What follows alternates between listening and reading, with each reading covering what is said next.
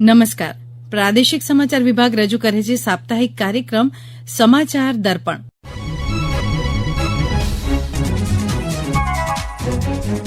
સમગ્ર રાજ્યમાં હનુમાન જન્મોત્સવની ભવ્ય ઉજવણી કરવામાં આવી હતી.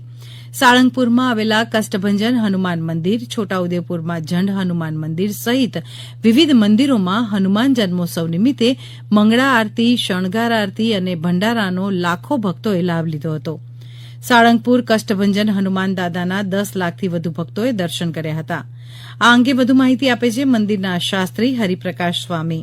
દાદાનો જન્મોત્સવ ભવ્યાતિ ભવ્ય, દિવ્યાતિ દિવ્ય અને અલૌકિક ઉજવો. હનુમાનજી મહારાજને જન્મની પૂર્વ સંધ્યાએ સવારના પહોરમાં ભવ્યાતિ ભવ્ય રાજોપચાર પૂજન કર્યું. એમાં 1008 કિલો પુષ્પથી દાદાનો અભિષેક કર્યો અને 1008 કિલો સુખડી ભોગ લગાવવામાં આવ્યો. ત્યાર પછી સાંજના સમયે બહુ ભવ્ય કળશ યાત્રા, અંદર 1008 બહેનોને કળશ લઈ અને હાથી, ઘોડા, રથ, વેલ, બેન્ડ વાજા, ડીજે બધેથી લઈ હજારો લાખો લોકો એમાં જોડા.